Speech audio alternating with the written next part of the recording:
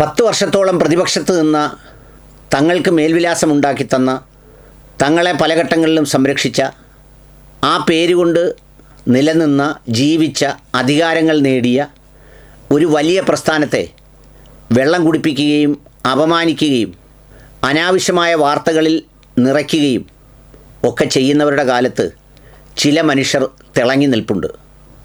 അതിലൊരാളാണ് മുസ്ലിം ലീഗിൻ്റെ ഷാഫി ചാലിയം, കോൺഗ്രസിൻ്റെ Riyas Mukkoli, Joseph Vazhakkan, കായംകുളത്തെ Aritha Babu, Anil boss തുടങ്ങിയ ചില മനുഷ്യർ അവരുടെ നിലപാടുകൾ കൊണ്ട് ശ്രദ്ധേയരാകുമ്പോൾ കെ സുധാകരന്മാരും അബ്ദുറഹ്മാൻ രണ്ടത്താണിമാരും തിരിച്ചറിയേണ്ട ചില യാഥാർത്ഥ്യങ്ങളുണ്ട്. ഇവരെക്കുറിച്ച് ഇപ്പോൾ പറഞ്ഞില്ലെങ്കിൽ പിന്നെ പറഞ്ഞാൽ ശരിയാവില്ല. ചിലപ്പോൾ വിജയാരവങ്ങൾ മുഴക്കി മിടുക്കന്മാർ കടന്നു പോകുമ്പോൾ ഇന്ന് അഭ്യാസികളായി രംഗത്തിറക്കുകയും ശ്വാസം മുട്ടിക്കുകയും ചെയ്ത പലരും പിന്നെയും പല മാന്യമായ പദവികളിലുമൊക്കെ എത്തിപ്പെട്ട് നിവർന്ന് ഞെളിഞ്ഞ് നടന്നേക്കാം. അതുകൊണ്ട് അതിനൊന്നും വില കൽപ്പിക്കാതെ തങ്ങളുടെ പ്രസ്ഥാനമാണ്, തങ്ങളുടെ നിലപാടാണ് എന്ന് ഉറക്കെ നിലപാടെടുത്ത് അത്തരത്തിൽ നിന്ന ആളുകളെക്കുറിച്ച് പറയേണ്ടതുണ്ട്. അത് പറയുമ്പോൾ ആ കൂട്ടത്തിൽ ഷംസീറും ഉണ്ട്, തോമസ് ഐസക് സാറും ഉണ്ട്. അങ്ങനെയുള്ള ചിലരൊക്കെ കൂടി ഉണ്ട് എന്നുള്ളത് കൂടി ഓർക്കാം, പറയാം. ഈ രാഷ്ട്രീയം, അതിൻ്റെ ഏറ്റവും പ്രധാനപ്പെട്ട സംഗതി പൊതുപ്രവർത്തനമാണ്. അതിൻ്റെ ദാർശനികത ജനസേവനമാണ് എന്നാണ് പറയുന്നത്. അതിൻ്റെ ഏറ്റവും ഫലഭൂയിഷ്ഠമായ ഭാഗം അധികാരമാണ്. ഈ അധികാരം ഈ മേഖലയിൽ പ്രവർത്തിക്കുന്നവർക്ക് ചിലപ്പോൾ ഒരു ലക്ഷ്യമാകാറുണ്ട്. എന്നാൽ ഒരധികാരവും വേണ്ടാതെ ഈ പറയുന്ന കൊടിയും പിടിച്ച് ഒരുപാട് മനുഷ്യർ പോസ്റ്റർ മുട്ടിച്ച് വെയിലും കൊണ്ട് അധ്വാനിച്ചാണ് ഒരു പ്രസ്ഥാനത്തെ പ്രസ്ഥാനമായി നിലനിർത്തിയിരിക്കുന്നത്. അവരെക്കുറിച്ച് ചിലരൊക്കെ പറയാറുണ്ട്. CR മഹേഷ് കരുനാഗപ്പള്ളിയിലെ എന്നോട് പലപ്പോഴും പറഞ്ഞിട്ടുണ്ട്. അന്തരിച്ചു പോയ കുട്ടി അഹമ്മദ് കുട്ടി സാറ് അതിനെക്കുറിച്ച് പറഞ്ഞിട്ടുണ്ട്. ഒരിക്കൽ അദ്ദേഹം കാറിൽ പോകുമ്പോൾ ഒരു നടന്നു പോകുന്ന ആൾ പെട്ടെന്ന് അദ്ദേഹത്തിൻ്റെ ചിന്തയിൽ എവിടെ വെച്ചോ ഒരു യോഗത്തിൻ്റെ മുന്നിൽ നിന്ന് മുദ്രാവാക്യം വിളിക്കുന്നത് ഓർത്തത് കാറ് തിരിച്ചു വിട്ടുവന്ന് അയാളോടിറങ്ങി കുശലം പറഞ്ഞ ആ നിമിഷത്തെക്കുറിച്ച് കുട്ടി അഹമ്മദ് സാർ എന്നോട് ഒരിക്കൽ പറഞ്ഞിരുന്നു. അങ്ങനെ ചിന്തിക്കുന്ന ജനപ്രതിനിധികളുണ്ട്. അവർക്കൊക്കെ സ്പേസ് നൽകുന്നവരുണ്ട്. ഉമ്മൻചാണ്ടിയെ പോലെയുള്ളവരുണ്ട്. EK നായനാരെ പോലെ സ്വതസിദ്ധമായ ശൈലിയിൽ അവരെയൊക്കെ ചേർത്ത് പിടിക്കുന്നവരുണ്ട്. അത്തരം നേതാക്കളിൽ ജീവിച്ചിരിക്കുന്നവരും മരിച്ചുപോയവരുമായ പലരുമുണ്ട്. ഞാനിപ്പോൾ എന്നോട് സംസാരിച്ചവരുടെ പേരുകൾ മാത്രമാണ് ഞാൻ പലപ്പോഴും ഇത് പറഞ്ഞത്. ഞാനിത് പറഞ്ഞത് ഇപ്പോഴും കെ സുധാകരൻ സാറിനെയും മറ്റുള്ളവരെയും ഒക്കെ അങ്ങ് ഊറ്റം കൊള്ളിച്ച് ആവേശം കൊള്ളിച്ച് ഒരുപാട് പേര് പോസ്റ്റ് ഇടുന്നത് കാണാറുണ്ട്. അത്രമേൽ ഊറ്റം കൊള്ളിക്കാനും ആവേശം കൊള്ളിക്കാനും ഒന്നുമില്ല. ഒരു ശ്വാസം കൊണ്ട് പോലും അദ്ദേഹം ഈ പ്രസ്ഥാനത്തിനൊരു ബുദ്ധിമുട്ടുണ്ടാക്കാൻ പാടില്ലായിരുന്നു. MP ആയിരുന്ന ഒരാൾ MLA ആകണമെന്നും മന്ത്രിയാകണമെന്നും വാശി പിടിച്ച് ഏതാണ്ട് 48 മണിക്കൂറോളം ഈ ചാനലുകൾക്കൊക്കെ അരുൺകുമാറിനടക്കമുള്ളവർക്ക് ഏതു തരം വാർത്തയും സൃഷ്ടിക്കാനുള്ള ഒരു കളമൊരുക്കാൻ നിശബ്ദത പാലിച്ചത് ഒരിക്കലും ന്യായീകരിക്കാവുന്നതല്ല. ഇപ്പോൾ അദ്ദേഹം വലിയ വായിലെ വർത്തമാനമൊക്കെ പറയുന്നുണ്ട്. അതങ്ങനെയാണ്, അതിങ്ങനെയാണ്, എനിക്ക് പ്രസ്ഥാനത്തെക്കാൾ വലുതല്ല മറ്റൊന്നും, പിന്നെ എനിക്ക് സാമ്രാജ്യം തരാമെന്ന് പറഞ്ഞാൽ ഞാൻ എങ്ങും പോവില്ല. സാർ, അതൊക്കെ ശരി. പക്ഷേ നിങ്ങളെ MLAയും മന്ത്രിയും MPയും ഒക്കെ നിരവധി തവണയാക്കിയ ഒരു പ്രസ്ഥാനത്തോട് നിങ്ങളത് കാണിക്കാൻ പാടില്ലായിരുന്നു. ഒരു മണിക്കൂർ പോലും കാണിക്കാൻ പാടില്ല. നിങ്ങൾ എന്തെല്ലാം ത്യാഗം സഹിച്ചോ അതുപോലെ തന്നെ ഈ പാർട്ടിക്ക് അതുപോലെ നഷ്ടവും പലപ്പോഴും ഉണ്ടായിട്ടുണ്ട്. നിങ്ങളുടെ പിടിവാശി കൊണ്ട് മാത്രമല്ലേ അബ്ദുള്ള കുട്ടി എന്ന് പറയുന്ന കണ്ണൂരിലെ ഒരു MLA ജയിച്ച ആളിനെ വാശിക്ക് വേണ്ടി തോണ്ടിയെടുത്ത് തലശ്ശേരിയിലിട്ടത്? അന്നെല്ലാം നിങ്ങൾക്ക് രമേശ് ചെന്നിത്തല സാറിനെ പോലുള്ളവർ വഴങ്ങിത്തന്നു. കേരളത്തിൽ അങ്ങനെ കേട്ടിട്ടുണ്ടോ? ജയിച്ച ഒരു കോൺഗ്രസ് MLA അയാൾക്കിഷ്ടമല്ലാത്തൊരു മണ്ഡലത്തിലേക്ക് മാറ്റിയ ചരിത്രം കേരളത്തിൽ എന്തെങ്കിലും കാലത്ത് കേട്ടിട്ടുണ്ടോ? ഒരിക്കലും ഉണ്ടായിട്ടില്ല. പക്ഷേ അബ്ദുള്ള കുട്ടിയെ അത് ചെയ്തത് ഇതേ സുധാകരനാണ്. ഈ അബ്ദുള്ള കുട്ടിയെ കണ്ണൂരിൽ നിന്ന് മാറ്റിയതിന് ശേഷം ഇന്ന് വരെ കണ്ണൂർ അസംബ്ലി മണ്ഡലത്തിൽ ഏതെങ്കിലും ഒരു കോൺഗ്രസ്സുകാരൻ ജയിച്ചിട്ടുണ്ടോ? ഈ സുധാകരൻ സാറിന് വേണ്ടി വലിയ മുദ്രാവാക്യം വിളിക്കുന്നവരറിയാൻ വേണ്ടിയിട്ട് പറയുക. അങ്ങനെ പലരെയും കണ്ണൂർ രാഷ്ട്രീയത്തിൽ നിന്ന് അത് സഹിക്കാൻ വയ്യാതെ പലയിടങ്ങളിലേക്ക് പോയി നശിച്ചു പോയവരുമുണ്ട്, നന്നായവരുമുണ്ട്. ഞാൻ അതിലേക്കൊന്നും പോകുന്നില്ല. അപ്പോൾ അതിൻ്റെ എല്ലാം കൂടി കാലത്തിൻ്റെ ഒരു കണക്ക് തീർക്കലായിരുന്നു ഈ 2 ദിവസത്തെ ഈ സംഗതിയും. അക്കാര്യത്തിൽ ഹൈക്കമാൻഡ് എടുത്ത ഉറച്ച നിലപാട് അതുകൊണ്ടാണ് പിന്നീട് ഈ വർത്തമാനങ്ങളൊക്കെ ഉണ്ടാകുന്നത്. ആ 48 മണിക്കൂറിൽ കേരളത്തിലെ ഐക്യജനാധിപത്യ മുന്നണി വിശ്വാസികൾ എടുത്ത ആ സ്ട്രെസ് ഉണ്ടല്ലോ, അത് പറഞ്ഞറിയിക്കാനാവാത്തത്രയും വലുതായിരുന്നുവെന്ന് പലരുടെയും പ്രതികരണങ്ങളിൽ നിന്ന് എനിക്ക് തോന്നിയിട്ടുണ്ട്. പോയോ, എല്ലാം തീർന്നോ, എല്ലാം തകർക്കുമോ, അതിനുതകുന്ന രീതിയിലാണ് ഇല്ലാത്ത കഥകൾ വെച്ച് ഈ അരുൺകുമാറിനെ പോലെ മാധ്യമപ്രവർത്തകൻ എന്ന് പറയാനൊക്കാത്ത ആൻഡോയും പുള്ളിയും എല്ലാം കൂടെ ചമച്ച് പടച്ചുവിട്ട വാർത്തകൾ.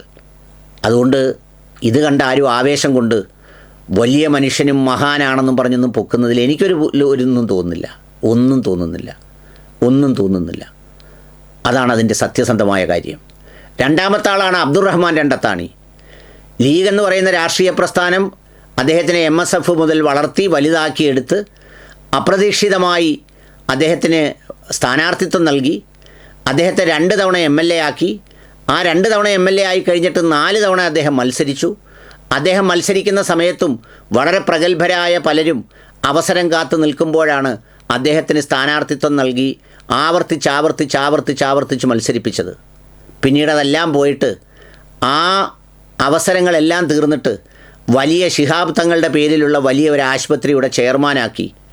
അതിന് വലിയ കാറും സംവിധാനവും വണ്ടിയും നൽകി. അവിടെ ഉയർന്നു വന്ന ഒരുപാട് ആക്ഷേപങ്ങൾക്ക് മുന്നിൽ പാർട്ടി നേതൃത്വം അബ്ദുറഹ്മാൻ രണ്ടത്താണി ആയതുകൊണ്ട് കണ്ണടച്ച് വീണ്ടും അദ്ദേഹത്തിന് അവസരം നൽകി. കുഞ്ഞാപ്പയെപ്പോലൊരാൾ ഇടതുവശത്ത് നിർത്തി പത്രസമ്മേളനത്തിന് ഒപ്പം നിൽക്കാൻ വരെ കേരളത്തിലെ കുഞ്ഞാപ്പയുടെ പത്രസമ്മേളനം എപ്പം കാണുന്നോ അപ്പോഴൊക്കെ അബ്ദുറഹ്മാൻ രണ്ടത്താണിയുടെ മുഖം കാണത്തക്ക നിലയിൽ അവസരങ്ങൾ നൽകി. താനൂര് പോലൊരു മണ്ഡലത്തെ ആദ്യം ജയിച്ചു, പിന്നീട് ഭൂരിപക്ഷം കുറഞ്ഞ് കടന്നുകൂടി 3ാമത്തെ തവണ കൈവിട്ട് കളഞ്ഞതിന് ശേഷം ഒരിക്കൽ പോലും തിരിച്ചു കിട്ടാത്ത വിധം ഇതെല്ലാം ചെയ്തതിന് ശേഷമാണ് അബ്ദുറഹ്മാൻ രണ്ടത്താണിയെ ലീഗ് അത്രയും സംരക്ഷിച്ചത്. എന്നിട്ട് ആ ലീഗിനെ പ്രതിക്കൂട്ടിൽ നിർത്തുന്ന പ്രസ്താവന നൽകി, വാർത്തകൾ തുടരെ നൽകി, അതിന് പ്രതിസന്ധി സൃഷ്ടിച്ചു. ആ സൃഷ്ടിച്ചതിന് ശേഷം പിന്നീട് ഏതോ നിമിഷത്തിൽ ആരൊക്കെയോ ഉപദേശിച്ചത് കേട്ട് അദ്ദേഹം സെറ്റിൽ ചെയ്തുവെങ്കിലും അതൊരു മാന്യതയുമില്ലാത്ത ഏർപ്പാടായിരുന്നു. അതാണ് രണ്ടത്താണി കഥ. ഇത് പറയുമ്പോഴാണ് ഞാൻ നേരത്തെ പറഞ്ഞ പേരുകൾ പ്രസക്തമാകുന്നത്. ഷാഫി ചാലിയത്തിന് ഒരു വാർത്ത എഴുതി കാണിച്ചു, വള്ളികുന്നത്ത് ഷാഫി ചാലിയം സ്ഥാനാർത്ഥി. ഞാൻ ആ സമയം ഷാഫി ചാലിയത്തെ വിളിച്ചപ്പോൾ ഷാഫി ചാലിയം പറഞ്ഞെന്താ അറിയോ, എൻ്റെ മയ്യത്ത് കൊണ്ടുവെക്കണം വള്ളികുന്നത്ത് ലീഗിനെതിരെ. ഞാൻ പോവില്ല, എനിക്ക് വേദനയുണ്ട് എനിക്ക് സീറ്റ് തരാതിരുന്നതിൽ. ചാനൽ ചർച്ചകളിലെല്ലാം ഈ ലീഗിനെയും അതുപോലെ തന്നെ തങ്ങന്മാരെയും എന്ത് പറഞ്ഞാലും പ്രതിരോധിക്കാനും അതിൽ മറുപടി പറയാനും മുൻപിൻ നോക്കാതെ ഇറങ്ങി പുറപ്പെടുന്ന ആളാണ് ഷാഫി ചാലിയം. അദ്ദേഹത്തിന് കണ്ടൻ്റ് ഇല്ലെന്നാരും പറയില്ല, അദ്ദേഹം അഴിമതിക്കാരനാണെന്നാരും പറയില്ല, അദ്ദേഹം അഹങ്കാരിയാണെന്നാരും പറയില്ല. അങ്ങനെ പറയാത്ത നിർഭയമായി ലീഗിൽ ഒരുപാട് പേരുണ്ട്, ഒപ്പിച്ച് നിൽക്കുന്നവരുണ്ട്. സമസ്ത എന്ത് വിചാരിക്കും, ആ നേതാക്കൾ എന്ത് വിചാരിക്കും, ഈ നേതാക്കൾ എന്ത് വിചാരിക്കും, അങ്ങനെ ഒപ്പിച്ച് നിൽക്കുന്നവരുടെ കാലത്താണ് ഈ പറഞ്ഞ ഷാഫി ചാലിയം എന്ന് പറയുന്ന ആൾ ധീരമായി ലീഗിന് വേണ്ടി വർത്തമാനം പറഞ്ഞത്. ചാനൽ ചർച്ചയിൽ ലീഗിൻ്റെ അഭിമാനം അല്ലെങ്കിൽ ജനാധിപത്യ വിശ്വാസികളുടെ അഭിമാനം സംരക്ഷിക്കുന്നതിൽ ഷാഫി ചാലിയം കാണിക്കുന്നൊരു മികവുണ്ട്. അദ്ദേഹം രാത്രി ആർക്കും വാട്സപ്പിൽ സന്ദേശം അയക്കാറില്ല. അങ്ങനെ ഒരു പരാതിയും ഒരു മാധ്യമപ്രവർത്തകർക്കും ഉണ്ടാവില്ല. അത്രമേൽ അടിമുടി മാന്യനായ ഒരാൾ. അദ്ദേഹത്തെ പരിഗണിക്കാതിരിക്കാൻ വേറെ ഒരുപാട് കാര്യങ്ങൾ കാണും. ഞാൻ അദ്ദേഹത്തോട് പറഞ്ഞു, ഈ പറയുന്ന ഷാഫി ചാലിയത്തിനെ പോലെയോ എന്നെപ്പോലെയുള്ള ആളുകളൊന്നും ജനകീയ ഇലക്ഷനിൽ മത്സരിക്കാൻ ശരിയാവില്ല. കാരണം വെട്ടിത്തുറന്ന അഭിപ്രായം പറയുകയും സമസ്ത തങ്ങളെ പറഞ്ഞാൽ സമസ്തയുടെ നേതാക്കളുടെ മുഖത്ത് നോക്കി വർത്തമാനം പറയുകയും ചെയ്യുന്ന ആൾ എങ്ങനെയാണ് ഇലക്ഷന് മത്സരിക്കാൻ ചെന്നാൽ ചിലപ്പോൾ അവിടെ ജയസാധ്യത പരിഗണിക്കുമ്പോൾ അല്ലെങ്കിൽ മറ്റു പല ഘടകങ്ങൾ പരിഗണിക്കുമ്പോൾ അവസരം നൽകുക? പക്ഷേ അതിന് മാന്യമായി താങ്കളെ പരിഗണിക്കുമായിരിക്കും ലീഗ് എന്ന് ഞാൻ അദ്ദേഹത്തോട് പറഞ്ഞു. അദ്ദേഹം ആ നിമിഷം തന്നെ നിഷേധിച്ചു. ഞാൻ വള്ളികുന്നത്തെ സ്ഥാനാർത്ഥിയല്ല, ഞാൻ മുസ്ലിം ലീഗുകാരനാണ്, ആദ്യാവസാനം മുസ്ലിം ലീഗുകാരനാണ് എന്ന് പറഞ്ഞാണ് അദ്ദേഹം രംഗത്ത് വന്നത്. അതൊരു വ്യക്തിയുടെ ക്രെഡിബിലിറ്റിയുടെ പ്രശ്നമാണ്. എന്തെങ്കിലും ഒരു സാധനം കിട്ടാതെ വരുമ്പോഴേക്ക് ചാടി മറുവശത്ത് നിന്ന് പിന്നെ ന്യായം പറയുന്നതിലൊരർത്ഥവുമില്ല. അതുപോലെ നിലപാടെടുത്ത കുറേ പേരുണ്ട്. അതിലൊരാളാണ് ഞാൻ നേരത്തെ പറഞ്ഞ റിയാസ് മുക്കോളിയുടെ പത്രസമ്മേളനം ഞാൻ കണ്ടു. അയാളെയാണ് താനൂരിലോ വേറെ എങ്ങാണ്ടൊക്കെ പരിഗണിച്ചു എന്ന് പറഞ്ഞപ്പോൾ അയാൾ ആ പത്രസമ്മേളനം നടത്തി. അതുപോലെ തന്നെ അനിൽ ബോസ്, അദ്ദേഹം ഭാരത് ജോഡോ യാത്രയിൽ ഇന്ത്യ മുഴുവൻ സഞ്ചരിച്ച് ചാനൽ ചർച്ചകളിലൊക്കെ പോയിരിക്കുന്ന ആളാണ്. യഥാർത്ഥത്തിൽ കോൺഗ്രസിൽ വംശനാശം സംഭവിച്ചുകൊണ്ടിരിക്കുന്ന ഒരു വിഭാഗത്തിൻ്റെ ഒരു മതസാമൂഹ്യ വിഭാഗത്തിലെ അംഗവുമാണ്.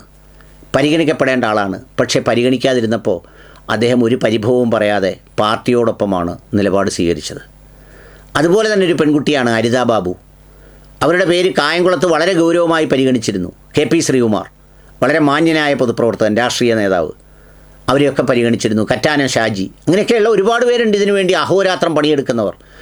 അവർക്കൊക്കെ ലഭിച്ചില്ല എന്ന് കരുതി അപ്പം തന്നെ കൂട് വിട്ട് കൂടുമാറി ചാടി അപ്പുറത്ത് ചെന്ന് പലരോടും കൂടി അങ്ങനെ ചെയ്യേണ്ട കാര്യമില്ലല്ലോ. എന്തിന്? ശുക്കൂറിക്ക പോലും, DCC പ്രസിഡൻ്റായിരുന്ന ശുക്കൂറിക്ക പോലും ആലപ്പുഴയിൽ കോൺഗ്രസ്സിനൊരു മേൽവിലാസം ഉണ്ടാക്കി കൊടുക്കുന്നതിൽ ഒരുപാട് ത്യാഗം സഹിച്ച ആളാണ്. അവിടെ ജില്ലയുടെ നടുവിൽ ഒരു പാർട്ടി സംവിധാനവും ഒരു പാർട്ടി ഓഫീസും അതിൻ്റെ താഴെ കടമുറിയും വരുമാനവും ഉണ്ടാക്കി കൊടുത്തൊരാൾ. ഇപ്പോഴും അത്ഭുതപ്പെടുത്തുന്ന, പടച്ചവൻ നൽകിയിരിക്കുന്ന ഒരു ഓജസ്സും ഊർജ്ജവും വെച്ച് എവിടെയും ഓടി നടക്കുന്ന ഒരാൾ. അദ്ദേഹത്തിന് ആകെ വളരെ തുച്ഛമായ നാളാണ് MLA ആവാൻ പറ്റിയത്. പിന്നെ 2 മത്സരിച്ച് പരാജയപ്പെട്ടു. അവരൊക്കെ ആഗ്രഹിച്ചു. ചില ഘട്ടത്തിൽ അദ്ദേഹം ചിലതൊക്കെ പറയുമെന്നും പറഞ്ഞു. പക്ഷേ അദ്ദേഹം പാർട്ടിയെ വിട്ടോ ബാക്കിയുള്ളവർക്കോ ഒരു ശ്വാസം മുട്ടലുണ്ടാക്കാൻ അദ്ദേഹം അനുവദിച്ചില്ല. അങ്ങനെയുള്ള ആളുകളുടെ കാലത്താണ് ഈ പറഞ്ഞതുപോലെ രണ്ടത്താണിയും സുധാകരനുമൊക്കെ ഈ അഭ്യാസങ്ങൾ കാണിച്ച് അണികളെ മുൾമുനയിൽ നിർത്തിയത്. അത് ലഭിക്കാത്തത് കൊണ്ടോ ഇല്ലാത്തത് കൊണ്ടോ ആണെങ്കിൽ പറയാം, അവസരം കിട്ടാത്തത് കൊണ്ടായിരുന്നെങ്കിൽ നമുക്ക് പറയാം അവരോട് നീതി കാട്ടിയില്ല, നീതി നിഷേധിച്ചു എന്നൊക്കെ. പക്ഷേ ഇത് അവസരം നൽകിയിട്ടും വീണ്ടും മതിയാവാത്തതിൻ്റെ പേരിൽ പറഞ്ഞതാണ്. നിങ്ങൾക്കൊക്കെ എന്നാണ് മതിയാവുന്നത്? എന്നാണ് തൃപ്തിയാവുന്നത്?